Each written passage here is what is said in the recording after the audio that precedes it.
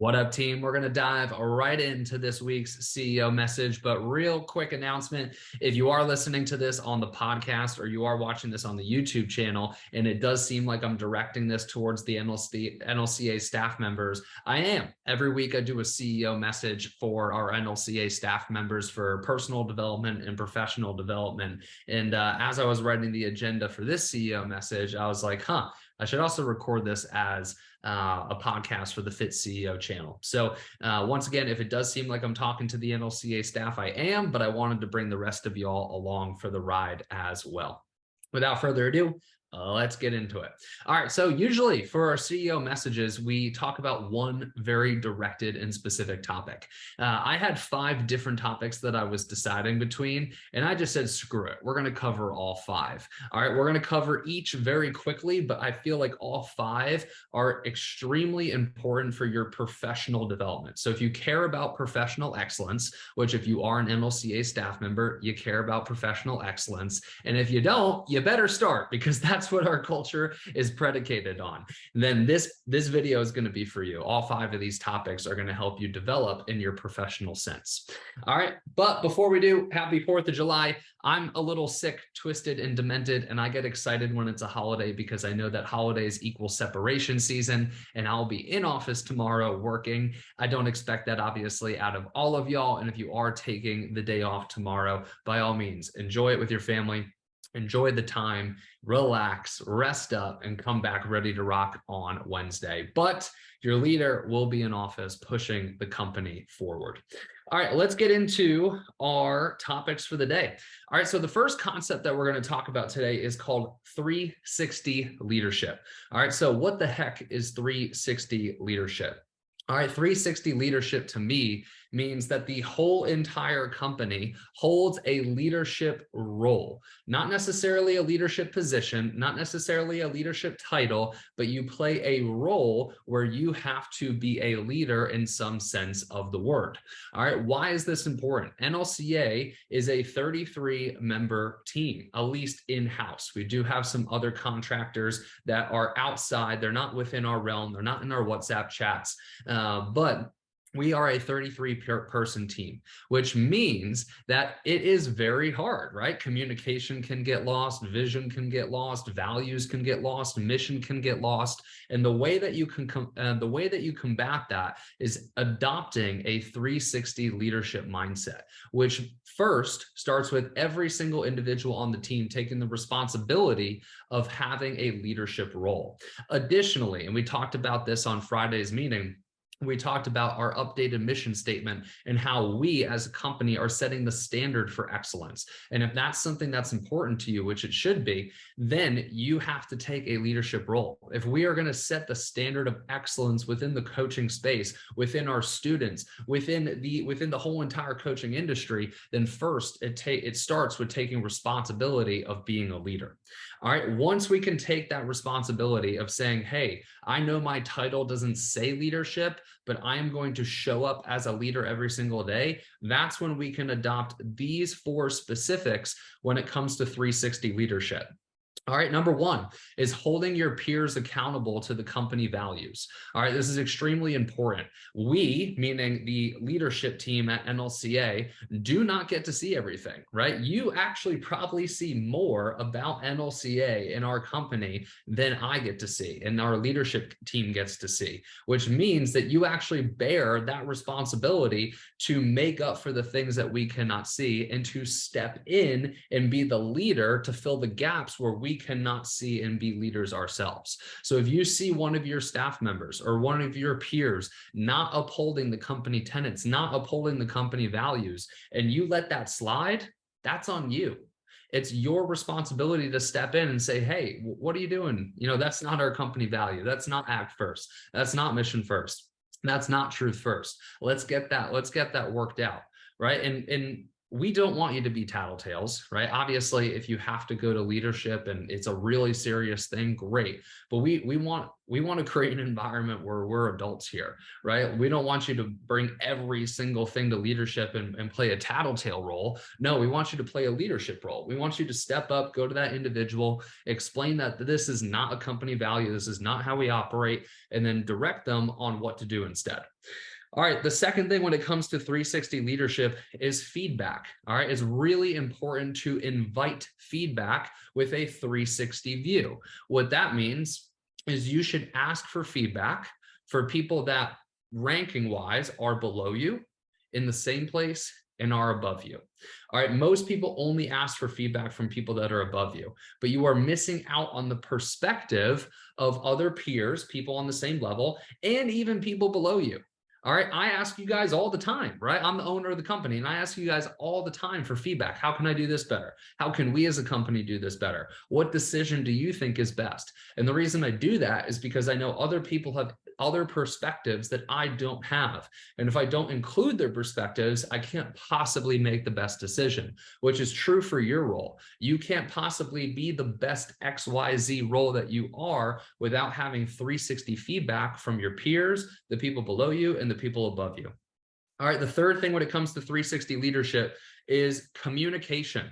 All right, I do these CEO messages, but I can't communicate with all 35 of you or all 33 of you. All right, I need y'all's help on spreading the message. And when I say communication, it's not just tasks. Yes, we need to communicate and all be on the same page for our projects and our tasks, right? Because our projects and tasks are what fulfilling the mission. But what's most important to communicate on and make sure that we have universal communication on are the messages that we preach in these videos, the messages that we preach in the full team meetings, and the messages that we preach in the department meetings as well. It's very important that we get on the same page with this stuff and that we have that 360 communication where it's not just me talking to the company, it's me talking to the company, you guys absorbing the message and continuing to spread that message, right? How do you do that? Bring it up in your daily chats, bring it up in your department meetings, bring it up in your one-to-one interactions with the other staff members.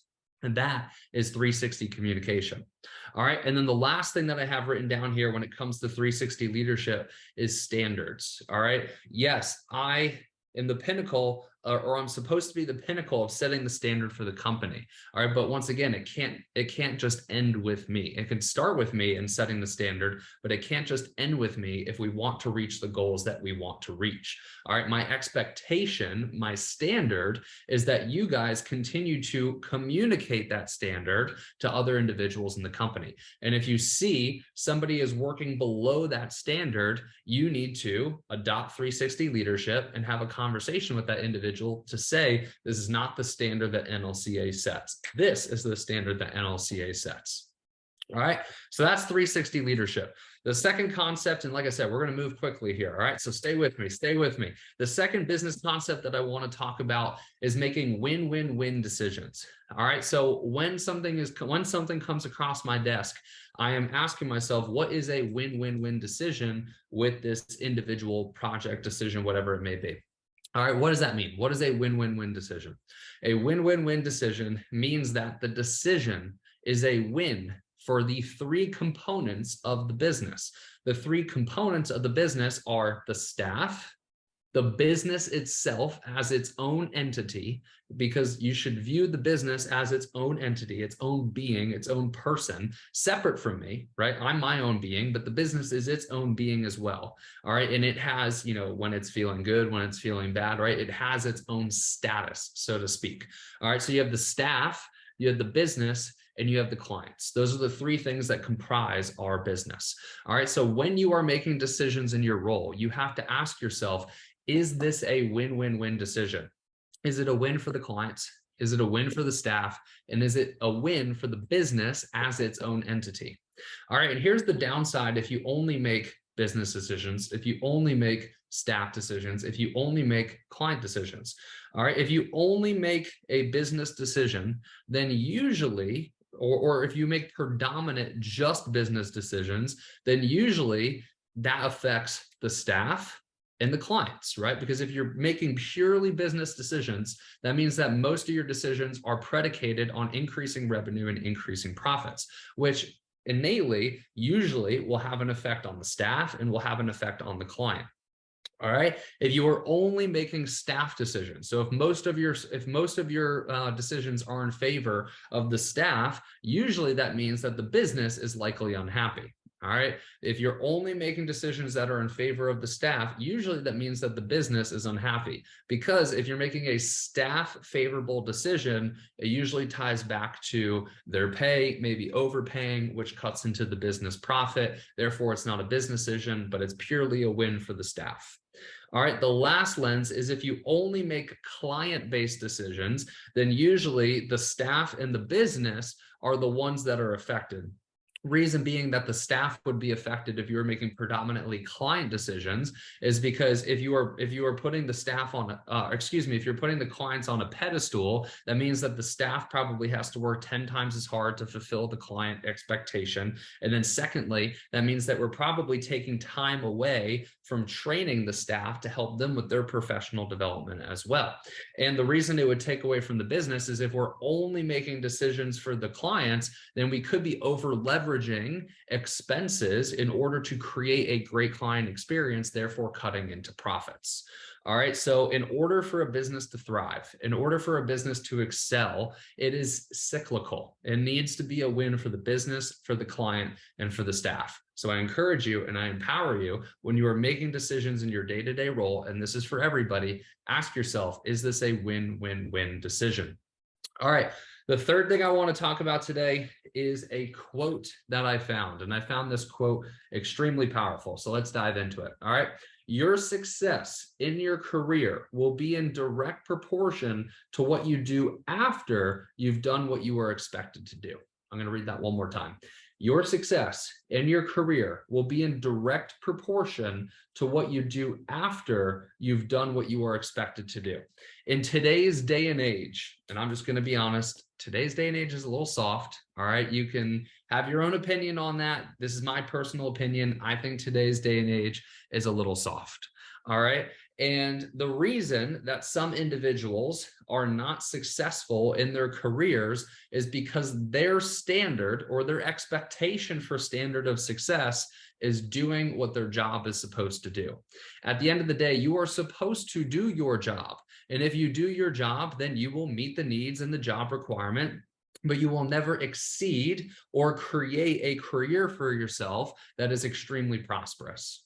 All right. If you want average results, you put in average input. All right. So to speak, if your job description says to do this and you meet the requirements of doing this, then you are doing what you are supposed to do, but you are not exceeding what you are supposed to do. Therefore, you will not get exceeding results. All right. So if you want average results, you do your job description. If you want exceeding results, you go above and beyond your job description. And that's why this quote says your success in your career will be in direct proportion to what you do after you've done what's expected of you.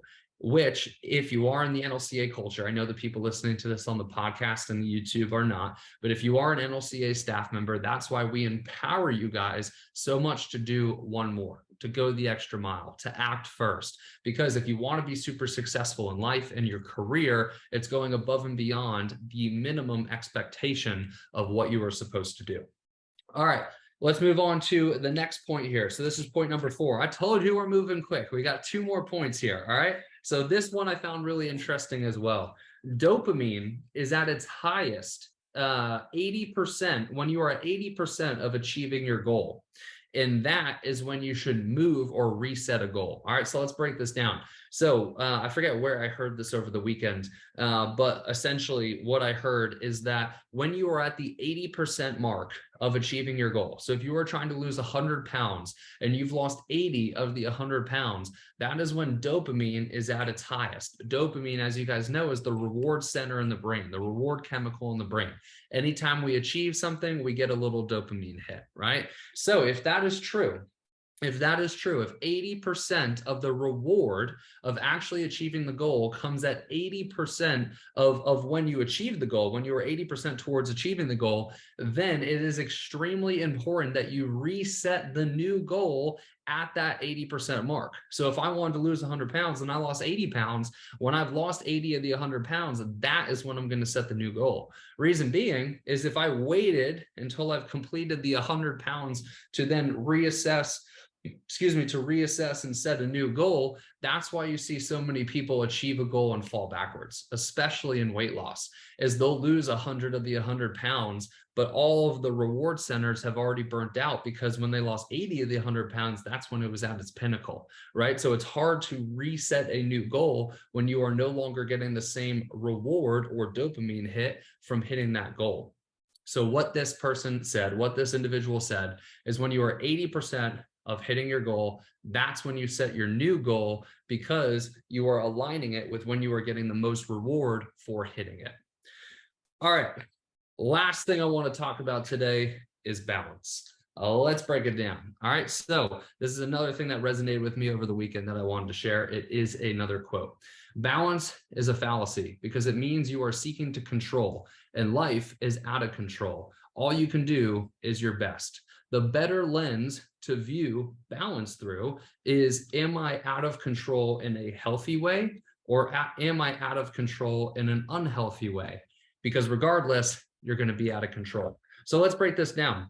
So what this individual was talking about, or the concept or the thought process here, is that if you are seeking balance, you are seeking to control your life. I need to spend X amount of time here, X amount of time here, X amount of time here, and then I'm perfectly balanced. That is putting parameters around your life, trying to control your life. And as we all know, life is very out of control. Life is very unpredictable.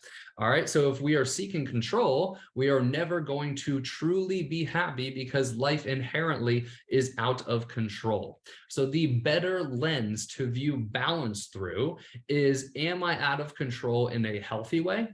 Or am I out of control in an unhealthy way? Well, what's the difference between the two? The difference between the two is if you are out of control in a healthy way, you are on top of your habits. More specifically, you're on top of your sleep schedule, you're hydrating, you're exercising, you're eating well, you're controlling your mindset. Maybe it's meditation.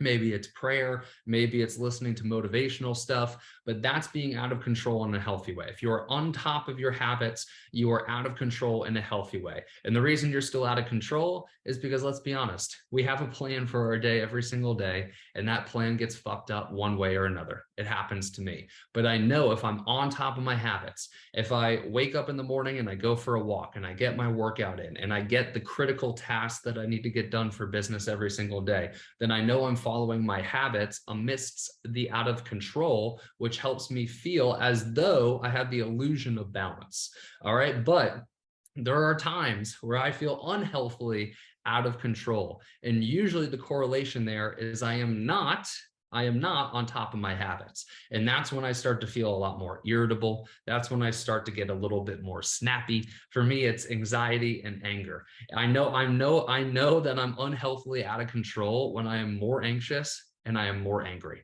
And then I always come back to, well, where am I at with my habits? Did I not work out today? Did not visualize this morning? Did I not go for a walk? And usually the answer is yes. I know exactly how to self-correct. All right, y'all. I appreciate you listening to my rant. I hope you guys got something out of this. If you did listen on the podcast and the YouTube channel, you all know what to do. Screenshot it up, share it with a friend, share it on your Instagram story. We don't run ads to the podcast or the YouTube channel, so that's how we grow. If you are an NLCA staff member, super appreciate you. Please enjoy your 4th of July tomorrow, and I'll chat with you guys soon. Peace.